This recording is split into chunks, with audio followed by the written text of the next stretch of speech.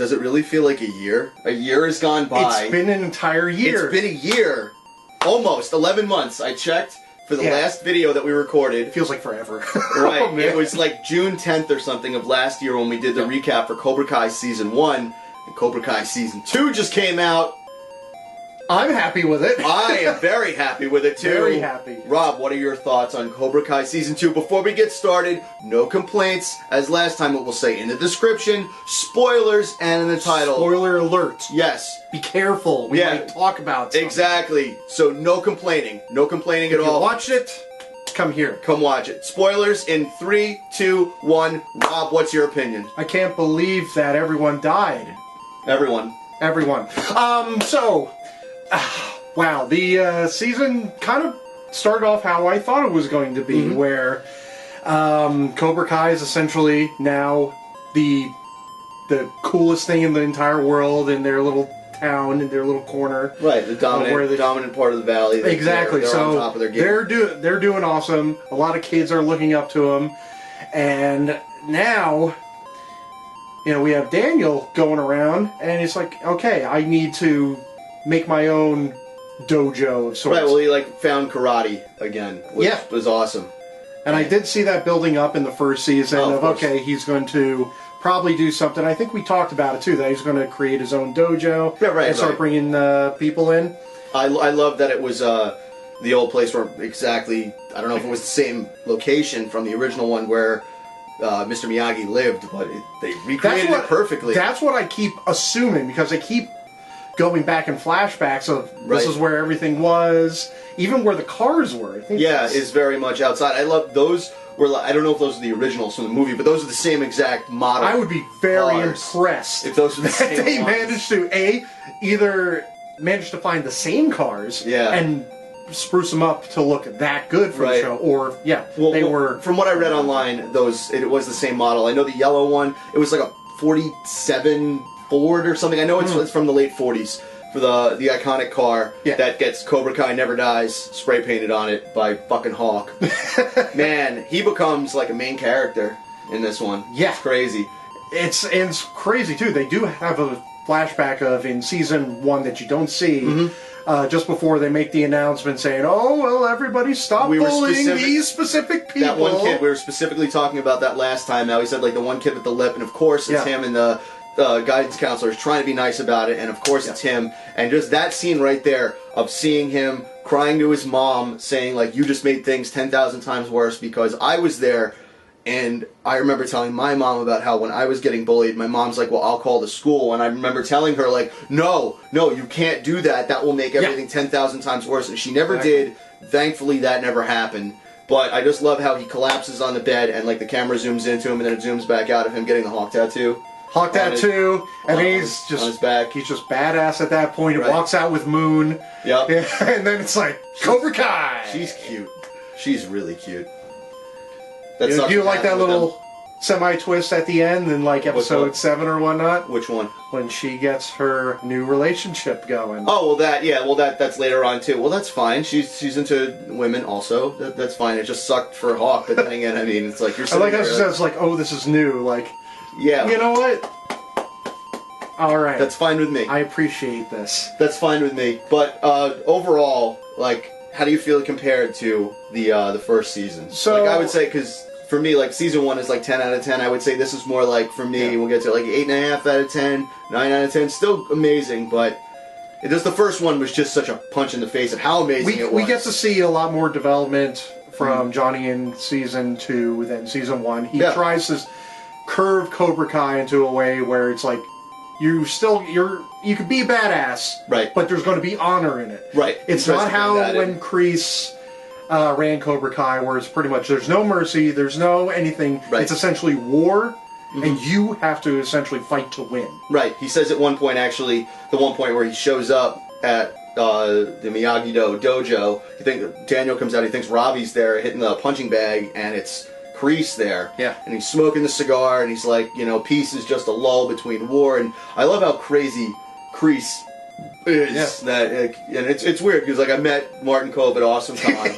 And Lucky. No, I met him for like 2 seconds. If you guys see, I'll put the picture up from Instagram. Like, I honestly met him. It was like probably maybe a 30-second exchange I had with the guy. I didn't want to bother him, but he was so nice. Like when I took the selfie, he like grabbed my arm, put my his hand on me to like get in, and he was like the nicest guy. So it's kind of funny seeing like how horrible of a character he is. But I really feel like his horribleness was such a catalyst for Johnny not being an asshole, like coming around and seeing like that you should have mercy. There's so many character developments and changes. There's so and much stuff. that's great. Like Kreese is basically the same character, but you get to see a deeper level of him because when Johnny goes in the middle of the season 2, he tracks him down. I was like, okay, where is he going? Right. And he's basically in like a halfway house. Yeah. Yeah, it's what he's been living in. Well, and that's what he's been living in. He's basically down at the lowest level that he can be. Well, it's not a halfway house. It's like it's a shelter that he's in. Halfway house is like when you get out of prison. But still, who knows? You don't really know. But you also find out that a lot of the stuff that he said about like training with like Navy SEALs and stuff and all this stuff that he did in like South America and the Middle East is kind of bullshit. Well, this is the thing that I was getting to. Kind of feel because Kreese looks for weakness. When I'm watching him doing that, he found Johnny's weakness, which this kid still has sympathy. He still has empathy for people. I'm going to exploit that. You see that at the beginning of the first episode, right after, the first episode, it starts out right away with a bang. They had a huge fight, which was awesome. I honestly thought... Old people fight! Yeah, old man fight. I thought they were going to burn Cobra Kai down when the cigar lands in the trash. And that's what I thought was going to happen. I honestly thought Cobra Kai was going to burn down and they would have to like build a new dojo and it would be like the next level of Cobra Kai because they're building it together. But that didn't happen. It's fine. When Kreese comes back in at the end of the first episode and he's saying to Johnny, he's like, look, I'll leave you alone, kid, but let me just say what I gotta say. And he spills his heart to him and he's walking out and he leaves and then Johnny comes out and he's like, hey, wait a minute. You just see that smirk on his face. He's like, I got you. I got under your skin. And he does that a number of times. Like, he's playing him the whole time. He knows exactly what he's doing, exploiting his weakness, and it's just... Once you see that, it's really fucked up what Kreese is doing and how manipulative he is and just terrible. And it comes full circle at the end of it because he does the exact same intro they did to Miyagi and Danielson, where it's like, instead of going in there and being a visitor, basically, himself, now he's... Class, we have a visitor. Class, we have a visitor, exactly. He doesn't acknowledge him as like your sensei or anything. He is just... Class, we have a visitor. He's taken over. There's so many nods for lines that he says in this episode that goes back to Karate Kid 3, I'm not too familiar with. From the first one, he says, like, when Miyagi says something, he's like, oh, you're a pushy little guy, but I like that. I like that. He says that to Johnny in the first episode about that. It's like a little Easter egg. I caught that immediately. There's a ton of little things they because the first Karate Kid and second Karate Kid, I've watched all, like, up and down. The second one I haven't seen as much as the first. But the third one, I have seen the least. Yeah, and the second that Daniel says to his students in Miyagi-Do, I used to be Cobra Kai. I'm like, when did that ever... Oh! Yeah. That was the whole purpose of the third movie. Right. I forgot about that. Right. Honestly, I forgot about that too. I thought that Daniel was lying to them, kind of like to... like say I was part of the I don't know. I thought it was going to be like a whole thing that he was going to lie and then he was going to get caught up with it. And then like, oh, they show clips from Karate Kid 3. It's like, yes, that's right, with the crazy guy, Terry Silver, the mullet dude. Yeah. Who's a fucking nut. I hope they bring him back for season 3. Terry is great. We'll see. Who knows what they're going to do with season 3 with that. But I would not be surprised with that. But speaking of what they're going to bring in for season 3... I got very lucky, and I actually kind of predicted some of that stuff. Last time? Did you? Yeah. Ali was going to come? We were talking about earlier some of the stuff that would be happening where Kreese was going to take over the dojo, right. and then Johnny is probably going to either team up with Danny with Miyagi-Do or something. That kind of seems like what's shaping up at this absolutely. point. Well, you predicted that because I just watched a recap last night, actually. I watched a recap that we did, and you specifically said that last time, and I totally agreed with you. And, like, that's what's going to happen now. Like, you predicted in season 3 of what's going to happen for that story arc. And that's future vision. No, seriously, it is. It is. On a little side note also, just, this is so good. I honestly hope that they don't try to like milk this into like 5 seasons or something like that. It doesn't need that. It doesn't need it. I honestly think it's built in like, the 3-movie arc. The second season, the way it ends, it's very much, this was The Empire Strikes Back of. It does feel like that, doesn't it? Right, right. The first one was just the setup with all the characters. The second one is like at their lowest point, and then the third part is going to be the redemption. I totally felt like that, and then I was looking at other videos talking about this, and a number of other people had said that too, and I was like, that's so on point. That's exactly how I felt. This is the Empire Strikes Back of Cobra Kai. So I hope like that it goes to season 3, and then like. If it could go to season 4, they got to wrap it up. Yeah, they have to do something. As much as we love it, I would be fine with it being 3 seasons, and that's it. Don't milk it. Like Stranger Things is as good as it's going to be. Like season 3 is coming out. I think they're doing one more season after that, and it's over. So just come up with a great franchise. Don't milk it. I really hope that the formula, because the formula for the second season is very similar to the first, where. There's a lot of these just slight misunderstandings where if one sentence is said to another character, a lot of problems would be resolved. Yep. Like, say, for example, you have Daniel's daughter who stays over at Johnny's house because Robbie brought him over there after a huge party. They had that huge party. That and was instead like of explaining that, look, my son, brought her over here because she got drunk at a party. It's like, he's got his back, yeah, but if he just said that, it's like, no, you have to cool off, close the door. And then he was like, whoa, whoa, whoa, whoa, whoa. Okay, I'm kicking down the door. Well, I'm glad that was your shit. Like, you wanted to see the two of them fight again. But it does. But those kind of like misunderstandings happened a lot in the first season. Yeah. And then it happened the second season. And the only time that got quilled was because of the MVP character in the entire series, which is Daniel's wife. Right.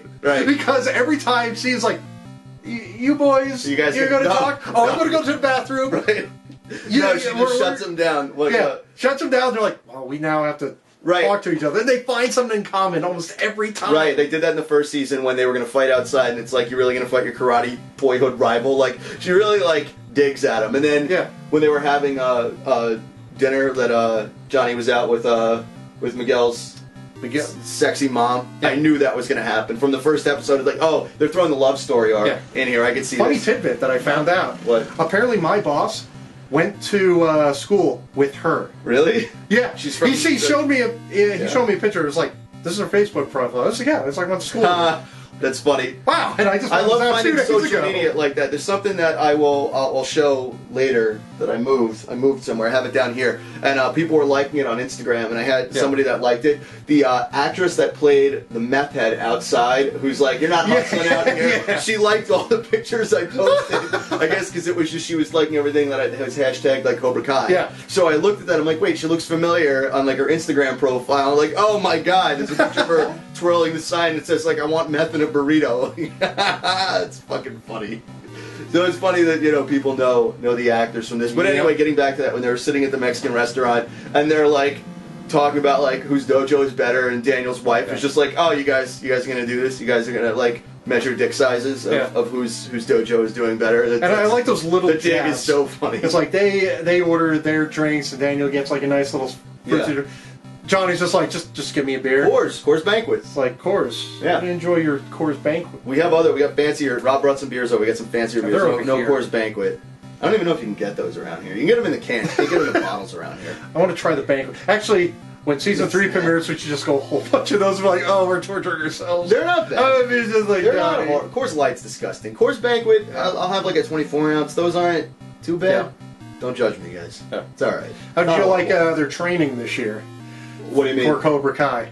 The cement mixer. The training. Yes, we have to talk about that. I loved the music that they used for the training montages because they were 80s as fuck.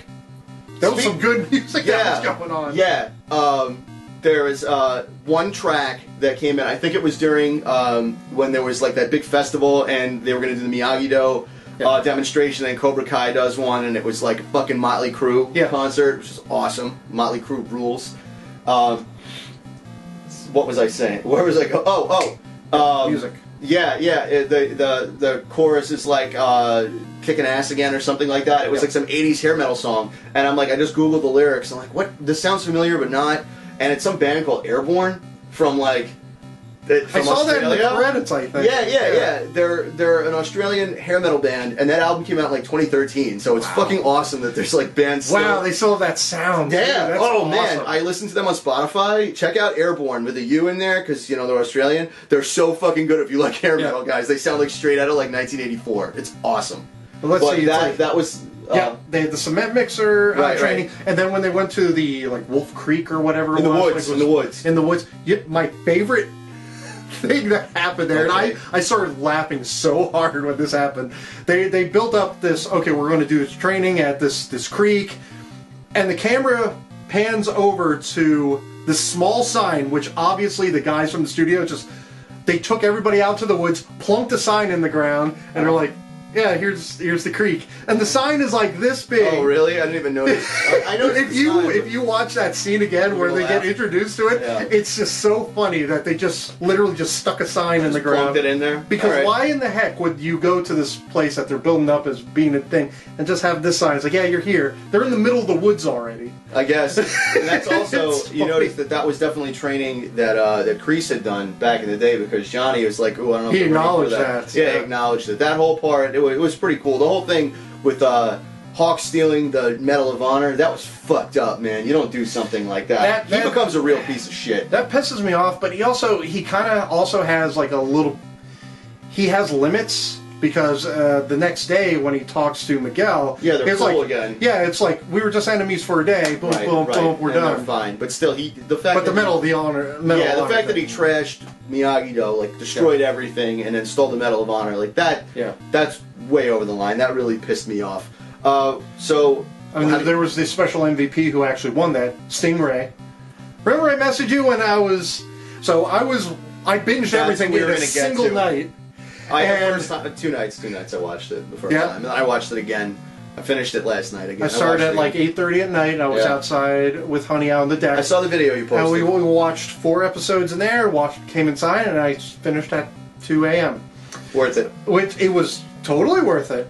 So, and I was telling you, man, this guy who works at the hardware store, he's the MVP so far. He's the best character. And little did I know, like 4 episodes later, he becomes Stingray. I thought that guy was such a creepy fucking douchebag. He was a try-hard. He was such a try-hard. Totally. Like, I knew they were going to bring in a bunch of new characters and stuff, so let's talk about the new characters. Yeah. We'll talk about I don't even know his name, but yeah, a guy working at Lowe's, Home Depot. Just call him Stingray. Stingray, whatever his name Stingray. is. I thought he was annoying, obnoxious at first, a fucking idiot. Creepy, definitely. Creepy is a number one because did you guys ever have the experience like when you were in high school or just out of high school, you're going to parties, there was always like the one guy that would be there that was just too old to be hanging out with like kids that are like 19, 20, 21, around that age, like just under 21, and then there's the guy that's like maybe 29 that shouldn't be hanging out there. And that was completely evident when he goes to Moon's party and he shows up with his girlfriend. Yeah. And he's just like, these are my friends, and she's even looking around like, What are these high schoolers doing here? But you're like in your late 20s, 30s. No, from his age, from what he said, he's like, yeah, I only remember the 80s. I was like 5 when it happened. So for you to be like cognizant, that's true. Yeah, he did say like 5, like I was 5 in like 86, 87. Yeah. I was 5 years old because I was born in late 81. So you were like 88 then, like 87 around then, 88. So to be 5 to understand that, like you'd have to be around our age, like mid getting into your late 30s. I'm thinking 30s. He was born at give him the benefit of the doubt. Like 80 or 81 he was probably born. Oh, so he would have been like 38 years old. Yeah. Okay, because that's okay. I was going to think that you were giving him the benefit of the doubt that he was born at like 89, so he would be I'm thinking 29. In terms of if the first Karate Kid happened, was it 84? 84, and he's like around 5-ish, and then let's say, somewhere in that mid-80s span. Right. Yeah, he had to have been born 80, 81, maybe late 70s if we really want to push it. Jesus. But that's still, he's pushing 40. Yeah, honest. I didn't think he was that old. I would have pegged him at around 33, 30 to 35. which is still like, why are you part? And those kids, they're not even seniors in high school. They're supposed to be like, I guess, going into their junior year. Yeah. So they're going into their junior year. They're like turning 16, 17 maybe. Yeah. Like, I was younger. I was 15, turning 16 when I went into my junior year of high school. So, that dude Stingray fucking sucks, and he's a creepy motherfucker. He did have one of my favorite funny moments, though. When the cops are coming, and he's trying to get out of the house. Edward 40 hands? He has 2 40s just taped onto his head. He's like, oh! Shit. I know, that was very much like a goofy 80s moment. Oh, this is like, the second that you don't see his hands until he lifts them up. Right. And it was like, oh man, well, you see that when they were outside, when Sam and Tori are going back and forth. We'll get to Tori in a minute, too. Who comes out of nowhere. Yeah, that scene kind of comes out of nowhere. Well, but anyway, Stranger Things had one of those characters. Right, too, right. With Mad Max, yeah. I guess. Yeah, okay, anyway. We're not going to start comparing shows. But, yeah, I don't know. It seems like Stingray everybody liked. I'm in the minority there. I think he's a fucking weirdo. He's a creep. I don't like him. And because he relates to a lot of people that are like, I know somebody like We all know somebody. I know somebody like that. It was, just don't do that. I remember when I was like 20, 21, and all my friends were around that age, and we were hanging out. There was like one dude that was like 30 that would come and hang out, and we were all like, whose friend is this? Why is he here? Yeah. Why is he hitting on the girl that's like questionably maybe 18? And apparently nobody ever invited him. No, I don't remember. But I just remember there was one dude that would do that, and like I just saw that in this guy. So anyway, don't like him. It's weird as fuck. And also, who the fuck plays Edward 40 Hands when you're in your goddamn 30s? Who does that? Don't do that. Don't do that. That's hashtag Edward 40 Hands. I played Edward 40 Hands when I was like 23, and I thought, like, this is fucking dumb. I'd never even heard of that. Oh, really? I didn't even know that was a thing. I don't know. It was Why would like, you do that? I don't know. This upstate New York colleges would do dumb shit like that. Edward 40 Hands. Yeah, and it was gross. Yeah, and it was always like that high gravity, like OE malt liquor shit. Yeah. We're getting off topic. How did you like Daniel's new training with the whole balancing on the? I thought it was awesome. The wooden lily pad and. I don't know how the hell they kept falling off, and that thing was like really smooth and lacquered, and I don't know how the hell they balanced on that after like getting it all wet, but they managed to do it, and I thought it was awesome when they had the fight in the mall, and you saw like the two of them doing that and fighting off like 6 of those guys, and also speaking of 2 new guys, though, I don't know. The black dude, his name was Chris. He went to Miyagi-Do. I thought he was great. I love how him and Dimitri. Well, he was Cobra Kai. Right, he was Cobra Kai. And then he was just like, no, I don't want to be here. This is not fun anymore. Right. And his friend stays a Cobra Kai. He leaves. I love when Dimitri refers to them as Bebop and Rocksteady. Oh. Like, wow. I see it goes back to them and they're like, who? No, they honestly like holy shit, that guy Chris looked like Bebop, and the other dude had like he had a fucking face like, I don't know, he had a rhino face, so he really looked like fucking Dimitri. Rocksteady. I'm so glad that he actually got a little bit more character. No, I love that he had his character. That he actually learned, what was going on. And I liked how he was very self-aware about a lot of things. Like, oh, you're just making me do things to do muscle memory. Right. And I was like, just teach me. Yes. Well, he's a smart kid. I'm very happy that they brought him in. Narcissistic. Yeah. Very narcissistic. But yeah, it's a smart guy. And once Daniel... This is what I was waiting for Daniel to figure out how to teach his students. Right. Because in a lot of these student-mentor situations where you get weird oddballs that you don't... Misfits. Yeah, they don't train in a conventional manner. Right.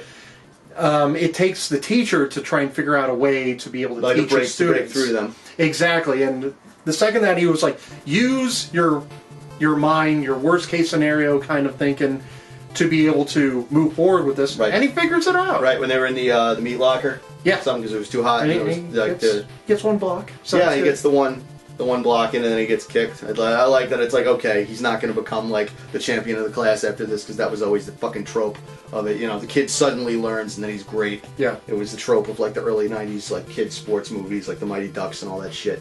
But so let's talk about other new characters. Tori, the one that just shows up, the the new badass chick who's Sam's rival. Yeah. She just like kind of shows up out of nowhere, and I was a little weird. Like, all right, so I guess they're just bringing her in. Yeah. But I thought she was awesome. She's fucking crazy. She was definitely kick ass. Yeah, my God. At first, I thought she was just going to be one of these. Oh, she's just a bad kid, but right.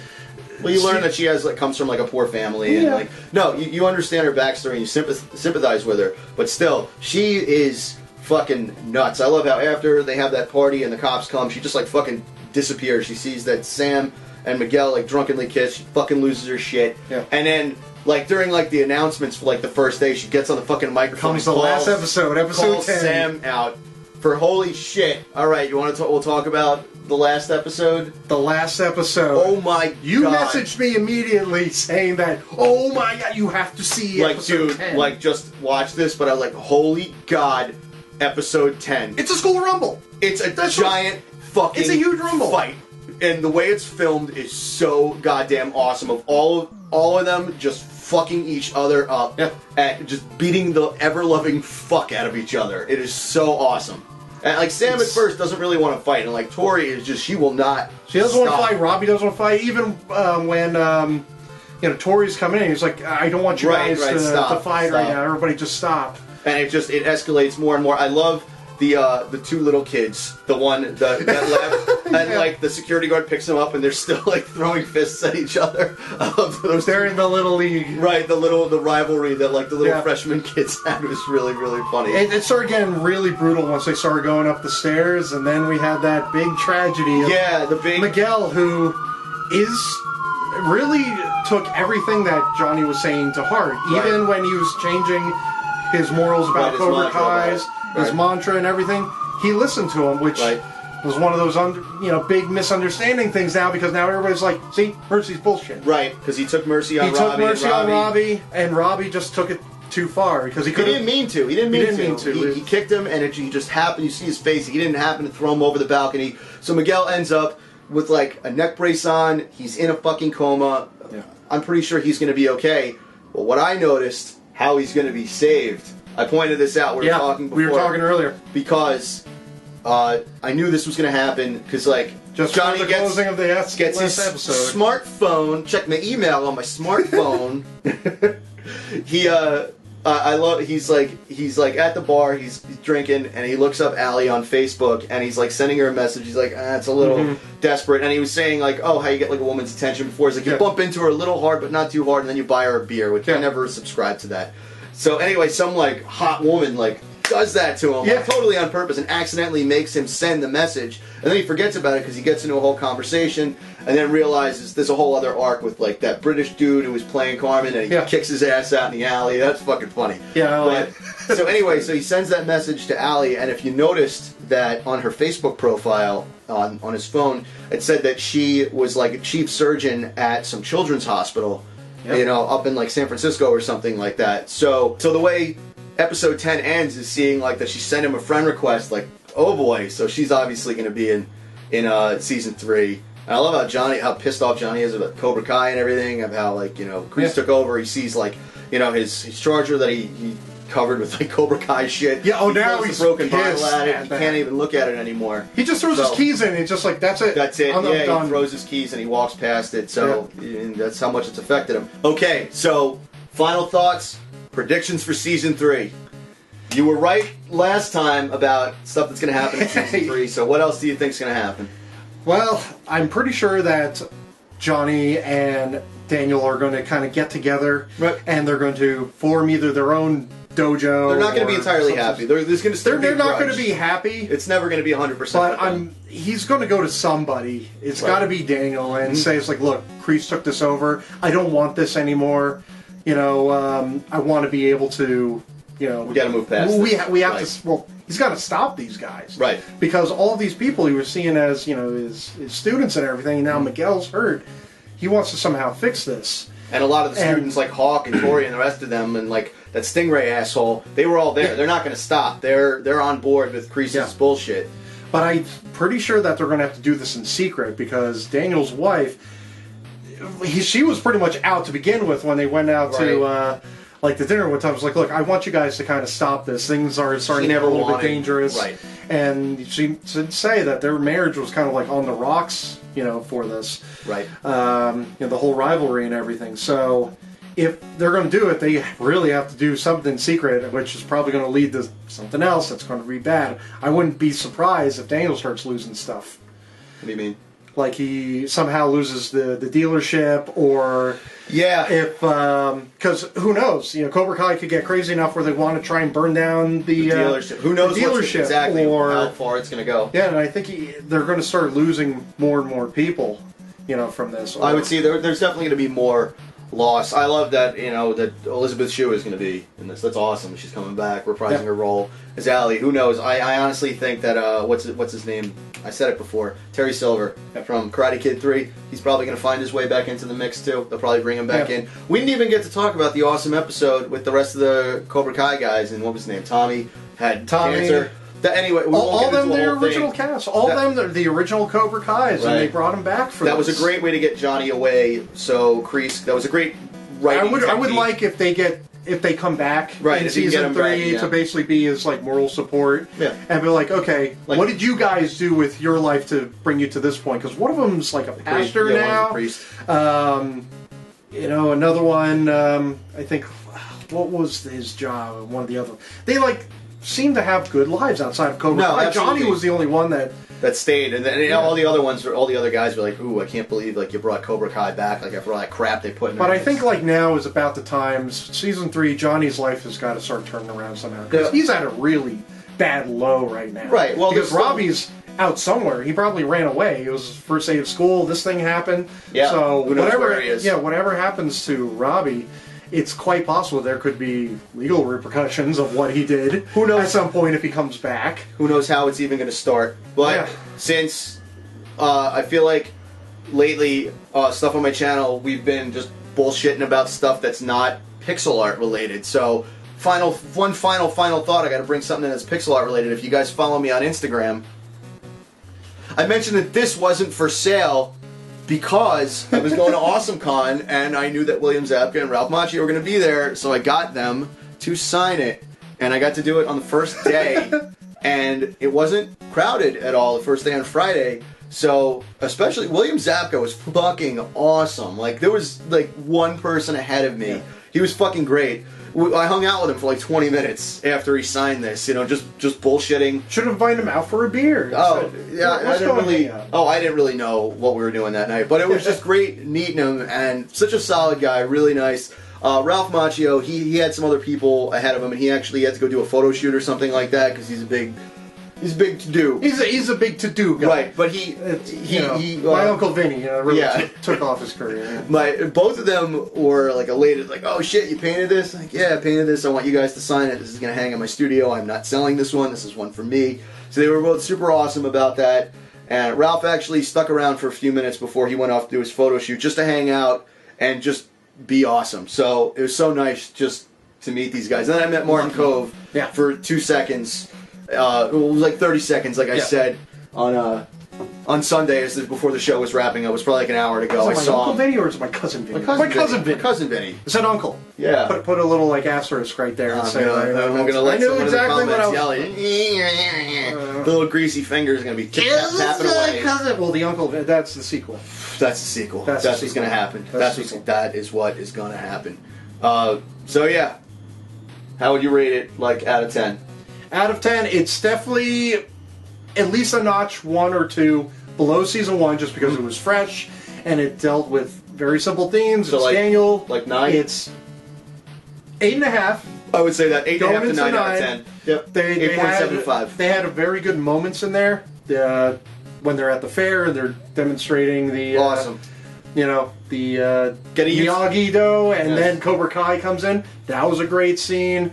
There was some good fight choreography, and then the entire episode 10. Right, the fight choreography was fantastic. I would say, 8.75 to 9 out of 10. Get a YouTube Red subscription. Watch it, guys. It's awesome. So, we'll be back soon talking some shit. Yeah, I will be back. Talking about garbage. Yeah, so I'll be back with more pixel art, I promise. I have a whole bunch of speed paintings and stuff in mind. Very much appreciate you guys sticking around, watching stuff on the channel, and we'll see you guys soon. Take it easy. Later! Squarepainter, Squarepainter. Pixel pixel pints is a retro masterpiece. Earthbound's his favorite game. He's original on the scene. He's a Squarepainter.